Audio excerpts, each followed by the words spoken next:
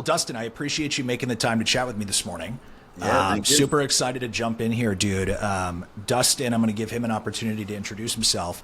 But Dustin is an absolute maniac, is probably a good way to put it. Runs the number one team in Delaware. Is that right? Not quite. We're up there though. Okay, up there. Yeah. He's being humble. And has also just recently started a software in the real estate space that I'm super excited to learn about a little bit. So, Dustin, you want to quickly introduce yourself? Sure. Yeah. So I've been in real estate now for almost a decade. My wife and I were teachers prior to getting into real estate.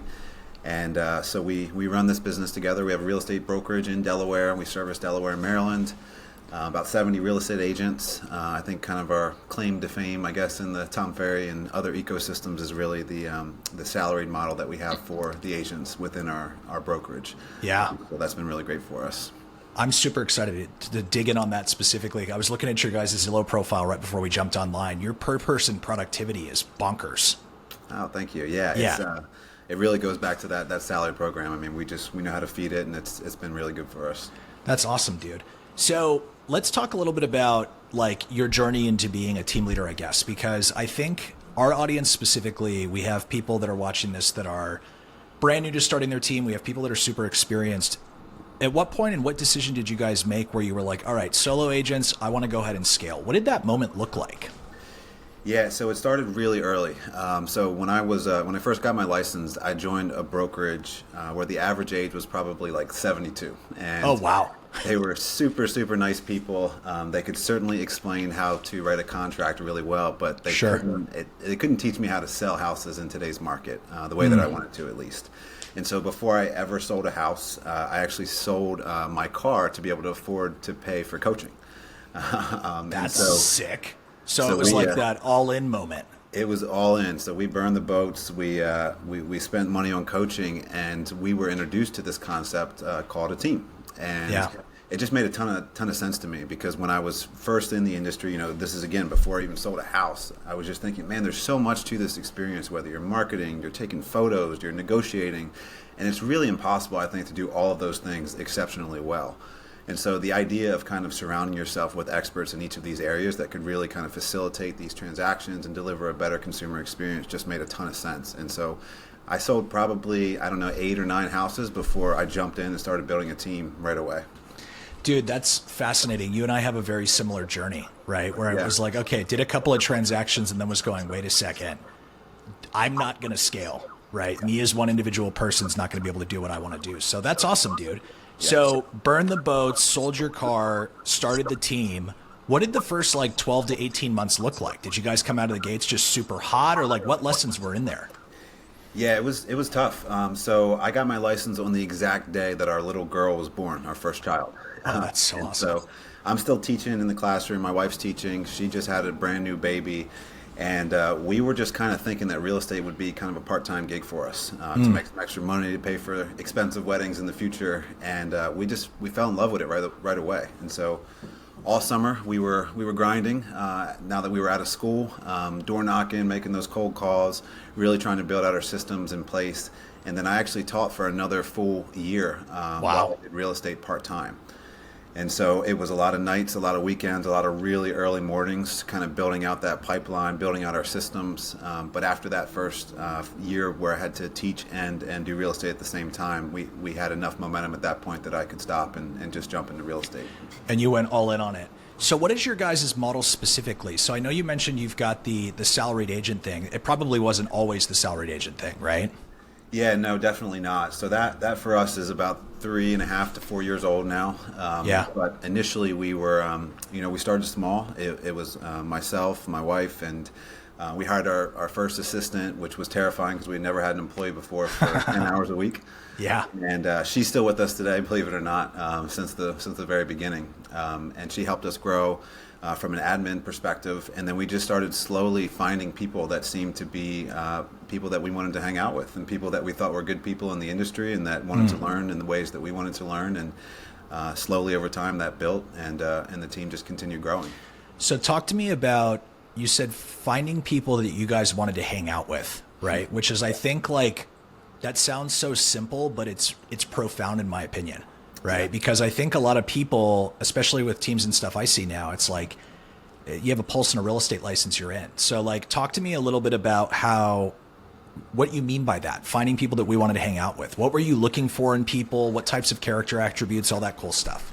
I think when you're super new, you're almost like begging people to join you because you don't even know necessarily what it is that you're looking for specifically and what traits are most important. And so we initially just kind of went to the people that we knew already, either thinking about getting their license or that already had just gotten their license. And it just made sense for us to start working together. They were interested in learning in the same ways that we were. But I think as we began to grow and we started to learn a little bit more about the ideal agent that we were looking for, our criteria changed a little bit. We still wanted to make sure that we had really good people on our team. We've always been really community driven. And so every single person on our team really cares deeply about the community that we serve. But beyond that, we started picking up on some of the soft skills and some of the things that were most important as we started attracting agents. And so I think we continue to refine that today.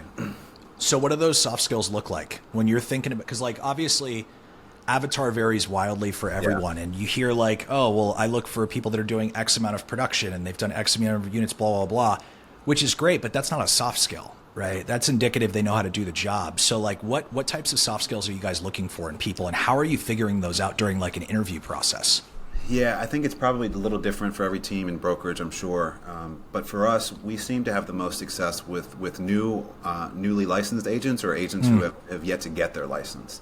And so we have a lot of previous bartenders, teachers, nurses, people that are in the service industry because they just know how to talk to people. They make people comfortable when they walk in the room. They know how to ask them questions and listen and gather feedback and information.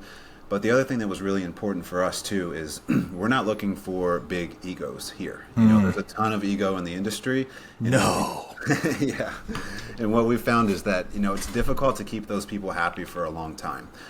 Because those egos are going to get upset about something at some point in the business and they're going to go find some other shiny penny somewhere else. But if you find people that you can really grow with and nurture and start with from the beginning, they tend to be far more loyal. And ultimately, they end up being better agents because they've grown up in the way that you hope that they would grow up and they don't have all these bad habits that so many agents already have. Yeah, it's fascinating to me. You get a real estate license in almost all 50 states. It's a 150 question multiple choice vocabulary test, right? Yeah. And they give you a license to go sell $10 million houses. And team leaders wonder why agents don't come to them intrinsically trained. It's like no one has ever trained them, right? Yeah. I want to back up for a second because I think you said something that was really interesting. So you and your wife were both teachers before, right? Yep. And I'm sure that being trained on how to be an instructor, what grade were you teaching out of curiosity? So I was teaching middle school and she was teaching middle and high school. Okay, cool. So like they're young adults in some way, shape, or form, right? Do you think that being a teacher has helped you guys when it comes to actually training agents? And like, what skills do you think would be easy to explain to someone in 2 or 3 minutes that like, hey, being a good teacher entails X, Y, and Z, and it applies to agents like this? Like, what does that look like in your brain?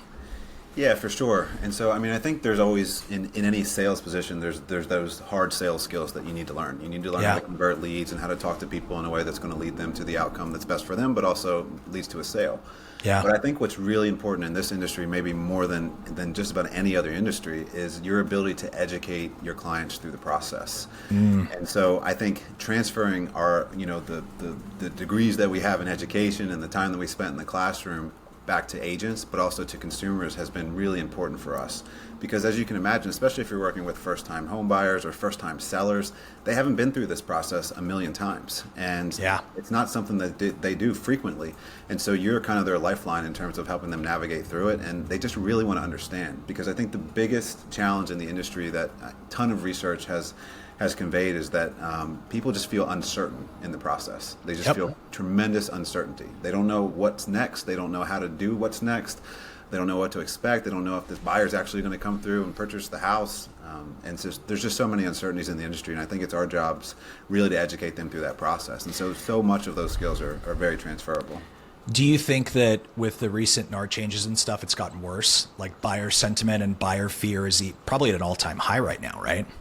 Yeah, I think so. And I think that because we have such an affordability crisis and an inventory challenge throughout the country, I think that buyers are really nervous because they're seeing all kinds of headlines in the news. They see this like regulatory changes in our industry.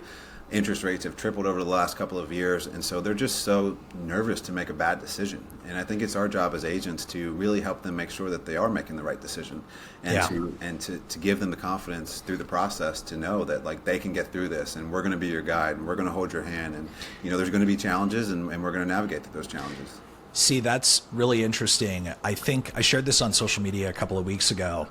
I think the agents that are the best educators right now are going to win in the long term. Right. I had a friend of mine in California who I ironically have sold a house to before. I'm like, why the hell didn't you call me if you're going to buy another house, dork? Right. But my friend called me. She said, hey, I just put in an inquiry on Zillow and an agent called me. It's for a $1.6 million house. And the agent told her on the very first call, within 2 to 3 minutes of talking to her, that before he could show her a single house, he needed her to sign an agreement that she was going to pay 3% of the closing price to her before they even go see it. And she was like, hey, well, do you think we could meet first? And he's like, no, this is my policy. I don't even consider meeting with you unless you sign this. I think that's a good thing for people like you and I, right? Like it sounds terrible, but like if people and agents are really out there educating people that way, their understanding is so naive that it's going to create a really big separation for people like us to like eat up market share. You know what I mean? Yeah. We always try to put ourselves in their shoes. Imagine if you're showing up to see a house and all of a sudden someone hands you a stack of papers that's like you're getting married to them essentially. You just want to see the house. At the end of the day, what's the ideal consumer experience? We always talk to our agents about this. Consumers want to make sure that they have access to all the data around the house, that they know transparently, what's going on with this house, what the price is. If there's seller disclosures, they want to see those, review those, understand those. And you're kind of the gatekeeper, but you need to make sure that you're providing value first before you get into this major agreement that makes them feel really uncomfortable and unsafe as they navigate forward. Yeah. So do you think it's a fair statement? I'm curious what your opinion is on this. Do you think it's a fair statement that being a good educator is probably more important than being a good salesperson in real estate in 2024? Yeah, I think so. I think I've had to learn a lot more about sales over the last decade, coming from education, because we're teaching children, of course, it's our job to make sure they get the information that they need, but we started our business really around that education model. And so I knew that I went on listing appointments against agents that were far better salespeople than me. They've been doing this a long time. They had the big charismatic personalities, just exceptional salespeople. But I kept winning those listings. And I think the reason that I was winning those listings is because I was talking to them like they're normal people and not a used car salesman that's just trying to shove something down their throat. And just really giving that education throughout the process. That makes a lot of sense. Yeah, I think about education a lot because I think it's one and the same with sales in a lot of scenarios, right? Mm-hmm. Like it feels good to not have to sell someone. You give them all the information they need. You lead them to self-discovery and they make the decision themselves, right? Yeah. Cool. So you guys built the team. You've scaled up to where you're at now. When and how did this salaried agent thing come up? Like what was the idea that sparked it in your guys' brain? Because it's piece unique in my opinion. I've heard of a lot of people trying to do it, including big corporations like Redfin, that have like fallen flat on their face doing it. So how and when did it come about, and how have you guys made it work? Yeah, it started about 4 years ago, and really the idea was just to help me get out of production, because as the business was growing, we were adding on ancillary companies as well at that time, and I just needed to spend a little bit more time in management and leadership than being out on appointments all day. And so we tried referring that business out to 1099 agents within the firm. Some of those deals went well, some didn't go so well, especially when you're working with your personal sphere of influence. You care so much about these clients. And so we just felt like we couldn't systematize it and have this uniform experience in the same way unless we developed a salaried agent program. And so now by having this program, these agents have to come to the office every single day at 9 a.m. They have a schedule that they follow. They prospect during this time. They do training and role playing during this time. They're in education and doing trainings really just throughout the week and the day. Yeah. But they have a structured schedule that they're held accountable to, that we can enforce because they're employees and not subcontractors, that I think really makes the experience so much better for the consumer, but it just allows us to do so much more business in a much more systematized way as well. Got it. So are they working more on the buy side or on the listing side, or what does that split look like? Yeah, the goal is that they're doing as much listing business as possible because obviously if you're working with 20 buyers versus 20 sellers, Oh God. the time constraints there are just incredible. Yeah. And so their split right now is about an 80-20 listing to buyer. We try to make sure that the buyers that they're working with are ready to go buyers. There's a lot of investors that they're working with on the buy side, so they're cash, they know what they're looking for. But largely most of the buyer business is done by the rest of the team. Got it. So they're working predominantly on the listing side. How are you generating? How many of these people do you have on salary now? So we're about to bring on our fourth in this role, and then we have 2 ISAs that are supporting them from an appointment perspective as well. How are you guys sourcing enough listing business to like feed 4 people like that? That's like significant. How many transactions a year are they doing? So their goal is to do 10 per month. Oh my God. Yeah, each of them should do 10 a month. And the last 2 years, as you know, has been a tough market, but they've still averaged 7 per month, even during this challenging market. Wow. So it's been really effective for us. And I think, our team, our leadership team, our sales director has done a great job with our 90-day onboarding process to really get them up to speed pretty quickly. But they know coming into it that it's a grind, and they are responsible for 50% of the appointments that they go on, and the company is responsible for the other 50%. And they're generating these 50% themselves by what? Calling through pond, circle prospecting, door knocking, doing all that stuff? Yeah, it's interesting because we are not and have never been like a Zillow Flex team. We're not big online lead people and stuff. We're not pumping them full of leads, but what we are doing is we're being very intentional about our marketing. And so we have a really robust marketing department, and that includes traditional media like TV and billboards and print and all those things, but also some dynamic social media as well. And so we're generating appointments for them that way. And then, of course, we do have a pretty significant database, over 10 years in the business that they're calling through, along with the typical expireds and FSBOs and those types of things as well. That's awesome, dude. So they're in the office 9 to 5, Monday through Friday, working on the weekends and stuff. And I'm assuming compensation for these people is probably a combination of base plus commissions, bonuses. We don't have to go super into detail, but what split is it, base versus commission? Is it like an 80-20 split, or what does that look like?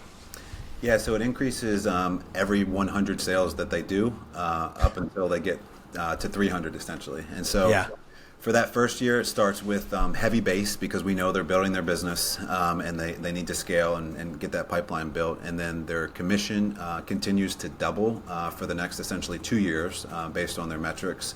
And so that begins to become a much more significant portion of their income. And the way that we structured it, and it's changed a little bit over the years because we've learned a lot of lessons through it, is our goal is not to have like a Redfin agent who's starving. We want to make sure these agents are really well paid. They're paid in the top 5 or 10% of our market compared to the top producing 1099 agents in the market too. And so, but they have this steady base. They can pay their bills. That if they have a family, they can support their family on that if they have a really tough month. But ultimately, the goal is to make as much money through the commission side as possible. Sure. And that probably helps with retention and all that stuff, right? Like you keep them happy, they're gonna stick around. Yeah. Cool, man. I want to talk about Archie for sure a little bit. Closing this part of the conversation, going into 2025, like what would you be thinking about if you were a team leader that was aspiring to get to your guys' level? Like what would you be thinking about going into 2025? Like the most important thing you should be thinking about or working on as a team leader? Yeah, I think right now it's so important to just lean much deeper into your database because I think the average cost per seller lead in the country is something like $900 right now. Oh my God. Crazy. And there's just so many companies out there, so many portals that are competing and selling the same leads that it's just almost impossible to make money on those unless you're just exceptional at conversion. And we all drop balls from time to time. Our agents drop balls from time to time. And if you miss one of those hot leads, then you're losing money on the deal. Yep. And so I think the deeper you can lean into your database through nurtures, through mailings, through gifts, through parties, through all of the things that we know how to do, I think the better you're going to be in the long run because we all know that roughly 6% of our database turns over every single year. So those leads are the ones that are right in front of you, and those are the people that already know and trust you. You just need to go back to them and make sure that you're giving them value every day. Yeah, 100%. So not going out and spending money frivolously on leads, digging into your own database. All right, cool. That makes sense, man. Let's talk about Archie. Yeah. So you've ran this team, you've grown it, you've got tons of ancillary businesses going on, and now you've decided to venture into the software space, right? So what is Archie? Yeah, so Archie, I've been obsessed with technology for forever. And that's kind of been my hobby when I'm not selling real estate. And so We feel like over the last several years of being a team and then a brokerage that the real estate industry just has so many different tech products. We've got one product for document signing, one for management, one for transaction coordination, for brokerage operating, and all of these different things. Yep. And from our perspective, we're spending a ton of money on these. The customer service and the tech itself is somewhat disjointed. It's not exceptional. A lot of this is built on old technology. And so what we felt like we needed to do was we needed to create a solution that integrated all of it together. And so the goal with Archie is to create truly an autonomous operating system for teams and brokerages. It's not a CRM, so it's not the front of house. You continue using the CRM that you're using, but as soon as your client is ready to go under contract, we kind of handle the rest from there. And the goal is to make sure essentially that as much automation that can be done for your team or brokerage through that remaining process is in place. So this is built really with AI from the ground up, where a lot of companies are trying to bolt on AI to existing products. And I think it's really hard to do that. I think you really have to think about AI from the beginning and then build around it versus the opposite. You know what? That's fascinating, man, because I didn't even think of that. Because when you think of all these providers right now that are in similar verticals, it's like everyone's trying to bolt shit on and they're trying to improve their current product, but like, how much of it are you going to have to undo to really get that flywheel effect like you're talking about? So you guys are probably one of the first that are actually doing that. Like AI in the last couple of, especially in the real estate space, I can't think of anyone that's building purely with AI in mind. It's all bolt-on stuff. Yeah. So this is going to be like a one-stop platform, right? The idea is consolidation and saving with economies of scale and all that cool stuff, right? Yeah, and it's so hard, I think, for getting agents to adopt technology. I mean, there's just so many different tools, and to get them to log into just one of those tools, is painstakingly difficult. And so by having one tool that kind of brings all of these things together, I think it's going to just create much more adoption for agents. It's going to give so much value to them and to your team, but it's also going to allow you to continue to scale without necessarily having to keep adding staff around that scale. Yep. And so our goal with this product is that one admin can truly manage 1,000 transactions. Wow. And we think that we can get there by eliminating about 90% of those mundane tasks that we all fill our plates with every day. Yeah. You know, what's interesting too, man, and I think this is an edge both you and I have, and I don't want to toot my own horn, obviously, but like when we create softwares in spaces that we've experienced what the pain is like, it gives us a really unique perspective, right? A lot of the software that gets pumped out in the real estate space, it's either Silicon Valley people or corporates at brokerages that are like, oh, this would be super helpful. Yeah. And it's like, dude, you've never sold a house. Like you've never feeling what it's like to have 15 or 20 escrows open and all of the pain that goes around that. You've never felt that. So it gives you an edge for sure. I know you guys have something live on your guys' website now. Do you want to talk a little bit about what that looks like? Because I think that helps big way with like the NAR settlement and all these cool things we're experiencing right now, right? Yeah, obviously, with the rule changes around the NAR settlement and having to have these buyer agency agreements now signed, we wanted to give a tool to the industry to make this as easy as possible for agents, but also for consumers. And so we built a product that allows you to simply explain what this agreement is and how it works to your clients, but also to have them sign it on their devices, either through email or text or in person if they'd rather do it in person. But it's a very simple form that they can get through. Everyone gets a copy of it. This is a free tool. There's no charge for it. We just want to give this value out to the industry because we felt like it was a need that hadn't yet been served largely by the industry. Yep. And so it's just buyeragency.com. You can go there and use that tool anytime for free. And it's, we've got adoption now in all 50 states. It's compliant in all 50 states. It's been battle tested, with attorneys in just about every state now. So it's a good product. Cool, man. So what's next for Archie? So like, when are we thinking, like, when can I as an agent go on and buy it? Because I'm even excited. Yeah, no, we're super excited about it. So we, our co-founder has been in the startup and tech space for 14 years. Yeah. And much of his career has been in AI as well. And so it's cool. Incredible, the work that he's been doing with our development team around this. But our plan really is to make sure the product is perfect before we release it, because I think we have so many products that we beta test or we get out there and there's so many bugs and then we don't come back to that product because it was kind of a mess to begin with, and we want to make sure that it's a flawless product from day one. And so our target timeline is 6 to 8 months before brokerages and teams can access it. But in the meantime, we're going to continue building some free tools to give out to people so they can kind of get exposed to our ecosystem and how we build products and start incorporating some of the AI into the things that they're doing today. That's exciting, man. Well, I'm super stoked for you. I know like Startup Land is fun, and everyone else on here that's listening and aspiring software person, it's super fun, right? There's a lot of different, I guess, levers you get to pull on in your brain other than the real estate part of it. So it's a uniquely fun challenge. All right, cool, Dustin. This has been awesome, man. I'll make sure to plug your social and stuff. We'll get Archie in the description here. So if anyone's curious, they can visit the website and check it out. And I look forward to chatting with you next time, man. Appreciate the time. Thank you. Later, dude.